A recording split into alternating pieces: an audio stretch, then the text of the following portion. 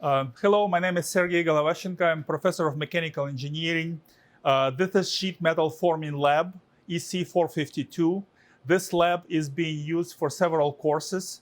First of all, for undergraduate course, ME4900, Fundamentals of Sheet Metal Forming course. This course is taught during 3 semesters, fall, winter, and then fall again. The undergraduate students from mechanical engineering department, industrial systems engineering department are taking this class. First of all, this is a major piece of equipment, which is 100 kilonewton instron. This equipment has major features such as the maximum tensile force of 100 kilonewtons, which is a very good parameter for testing materials like ultra-high strength steels and aluminum alloys, which are very important for automotive industry. This machine is being used for basic tests, such as a tensile test, and also we are using it for multiple applications.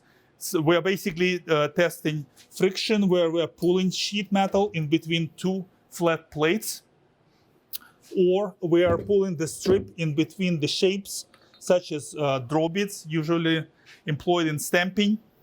And then we are measuring the pulling force to have the strip to go through those shapes, or measuring coefficient of friction. The results are monitored through the control system, which is here. You can see the stress strain curve on the graph. Of course, this machine is equipped with hydraulic system. This is hydraulic grips. And the most important part is the safety feature. You can see this red button. If we need to stop it, we can push this red button. This machine is so-called ductility tester.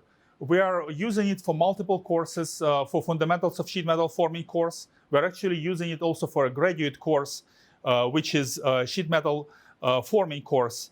And we are using it for mechanics of sheet metal forming course. So there are 3 different courses.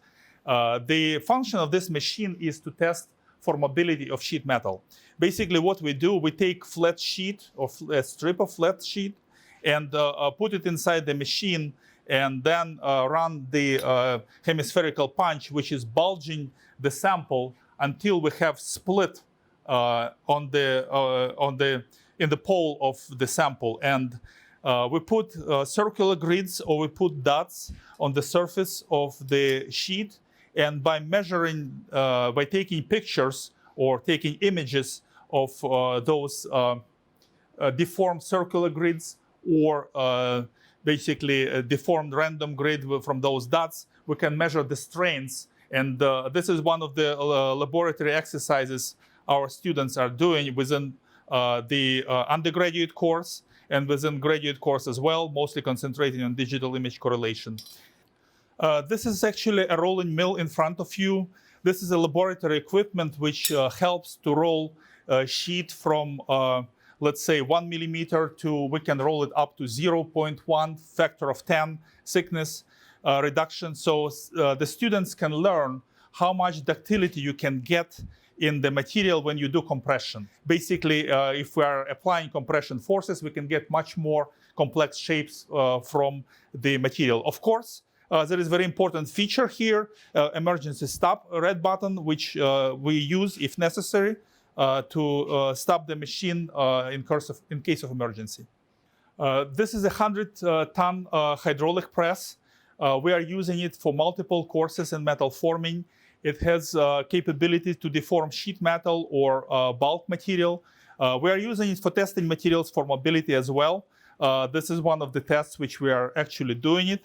We are applying the grids to the sample and measuring the grids after we finish the test. And we can measure the fracture strains in the material. In addition to experimental work, students are doing numerical simulation in this lab. We have several software packages installed. The most popular for sheet metal forming is AutoForm. Undergraduate students do projects. This is an example of the students' work in sheet metal forming when they are comparing the distribution of strains in the virtual blank compared to the formed blank, and looking at the forming limit diagram, which is showing the limited strains Also, we are using experimental tools which are helping us to measure strains in the deformed blank. This is the manual tool, which actually is a video camera. It's a grid analyzer. We can measure the deformed blank, the circular grids which are being deformed into ellipses, and then this device quickly helps us to calculate what are the major and minor strains in the blank. This is actually a digital image correlation system called Aramis. We're using it for reading the strains in the deformed blanks as well for testing for mobility, and they are reading distribution of strains in the sprayed pattern of paint. This lab has a number of safety features, starting from electrical. Each piece of equipment has a red button to shut off if needed.